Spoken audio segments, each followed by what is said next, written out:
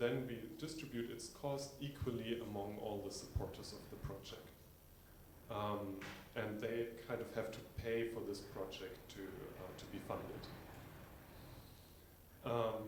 And then we again pick the next project, but then if now the supporters of the project kind of ran out of money, we skip this project. So I have an example how this works on the next slide. This will be even more clicking. So say we have kind of a graph like before. We have a budget of 3. We pretend all projects cost exactly 1 for simplicity. Then, okay, first we fund the first project because this has the most votes. And then this cost of 1 is equally distributed among all the supporters of this project. So then 1, 2, 3, and 6 have to pay each one quarter for implementing this project. And then we go to the next project, the next most popular one. We see, oh, the supporters of this can still afford it, so they have to pay for this. But now, if we go to project C3, we see the supporters of this project, they completely ran out of money. So we skip this, and instead we go next to C4, which is supported by these 2 previously underrepresented people, and they now can afford to fund this project. And then everyone has run out of money after that, and we just finish the process. We spend all the budget we had. So there are a few more clicks coming. So yeah, so this is how the method of equal shares kind of intuitively works. And importantly, it already has been implemented in practice. So there are open source implementations available in Python and JavaScript that you can easily use. And it's also already been implemented in one digital democracy platform, specifically Parta in the Netherlands, where the city of Assen, smallest city in the Netherlands, asked Parta to implement this because they wanted to have proportional representation. And apart from that, it also has been used in several other smaller European cities with great success. There it hasn't been implemented in the platform, but people exported the votes and then used the method of equal shares externally. So there are a few cities here. There are by now more, but these are the ones where I found the pictures. But you can learn a lot more about this application of equal shares on a website called equalshares.net. So if you want to take a photo, take it now where the link appears. And so let me quickly also say how did these cities fare in doing this? And for this, I will focus on the case of Aarau, because there has been a very good evaluation by Joshua Young, whose slides I'm stealing here. So they had these distribution of approvals for projects from different parts of the city.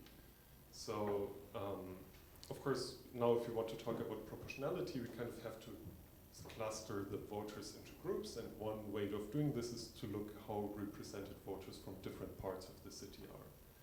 And then we see if we would use the normal PB method, all the people from these districts would not be represented at all, because just the city center is much bigger, more people vote there, so they get all the money. And so instead they used the method of equal shares, and then they got the following picture, which is still not fully proportional and basically never can be in PB, just because the projects have a certain size, so you can't fully be proportional. But it's much closer to this actual graph of where people live. So there we see that really using this we get much closer to proportionality, and in particular we get representation for every single district of Aarau. So they will keep using this method in the future because they were very happy with these outcomes. So yeah, my key takeaways is proportional representation. It's maybe not clear on the first glance how to do it in these more complex participation processes, but it's possible. And there is growing empirical research also that people are really happy about this. Even if then the people in the city center get a bit less projects funded, they still prefer this fair outcome, even though they personally receive less. And then of course the underrepresented people are very happy to be represented now. And in general, there is a major research that provides proportional voting rules for many applications, not just participatory budgeting. So method of equal shares is the one that's most implemented by now for PB, but if you talk to me about some other kind of process, I probably can point you towards some proportional voting rule to use in this setting. We have 1 minute left. Yeah. Okay, then we can go to the last slide. So in particular for voting rules, we always have to distinguish the input, so that's the kind of ballot we're looking at, and the output. And for a lot of inputs and outputs, basically any combination of these, we have some good solution in the literature that I'm happy to point you to, though there are of course also still some challenges that Frederick already highlighted before. So in particular, if we have positive and negative votes, or if we have very incomplete votes because we just have so many proposals, then it's still a challenging problem, and it might not be able to provide you with a solution, though I'm very happy to do research with you on these kind of problems. Thank you.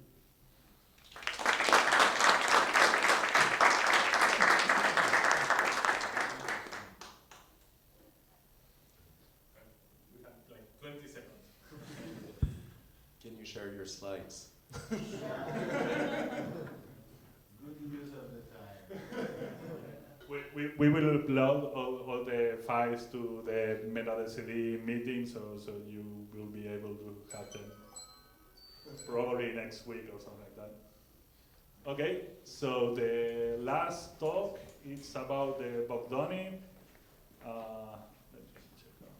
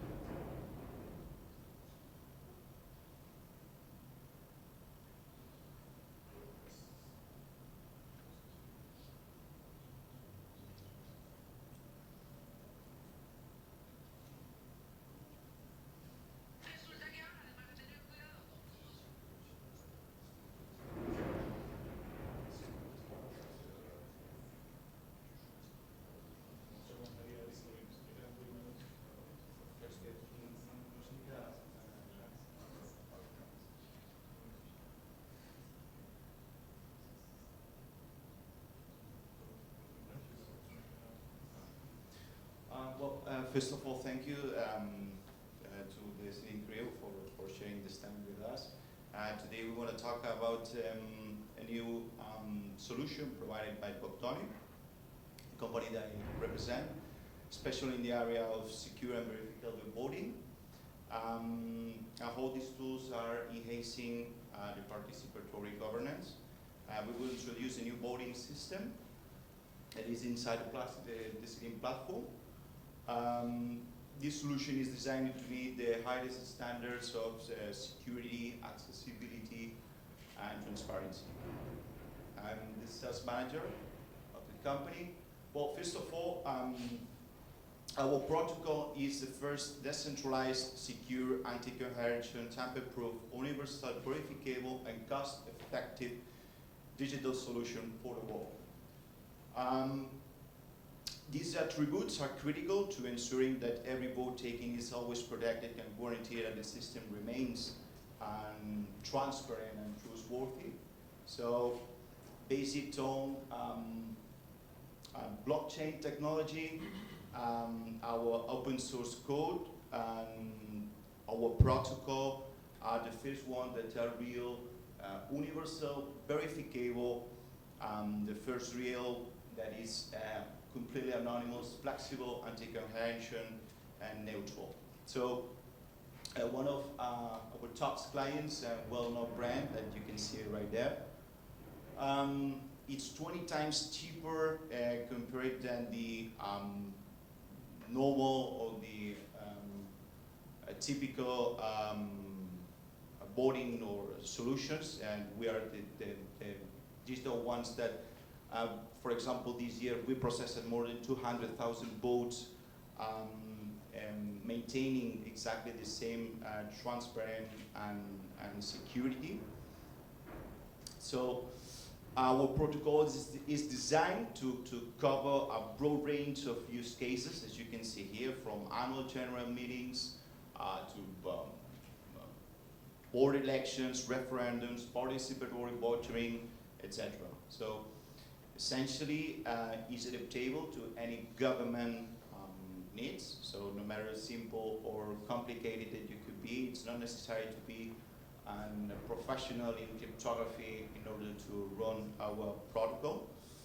And yeah, now let's see what we did with the Celine. The Boctoni model allows exactly the same structure without leaving the Celine platform. So you can run a voting process in less than 3 minutes.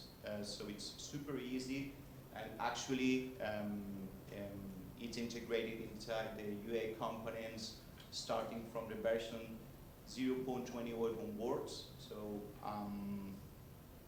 yeah, you can still using, for example, your own user database inside the Celine, or for example, you can upload it since a CSV file. So as we like to say, it's blockchain under the hood and easy to use in the surface. Okay, so now let's see a quick view of how it works. For example, showcasing like a voting process for users. So this is a very recognizable situation for most of you. This is a logging process. It's just simple. Then here you can choose the options. Obviously, this is a test. And then once you have the confirmation, then when becomes the tricky part, then here is uploaded all this process to the blockchain, and the voting has been cast. So this is the notarial proof or the cryptography proof that this vote has been sent and is correctly processed. This one is truly, well, we are the only one that we have this kind of security about this. Exactly the same as the administrator creating process. This is more or less the same. We go to the UI component section.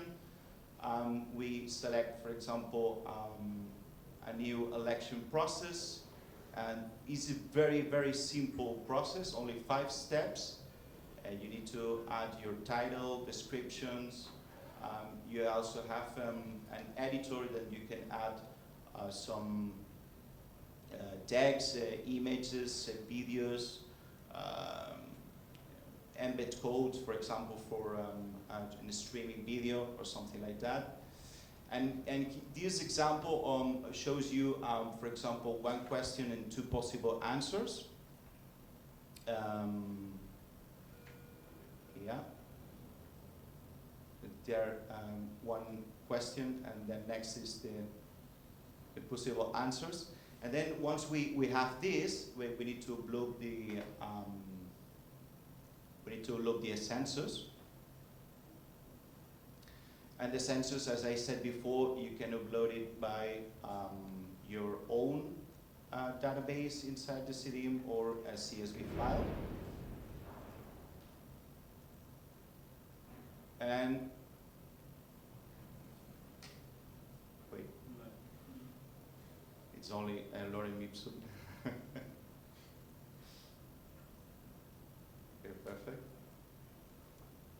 As you can see, it's a step by step. It's very easy. Now, for example, on this demo, I choose, for example, my own file.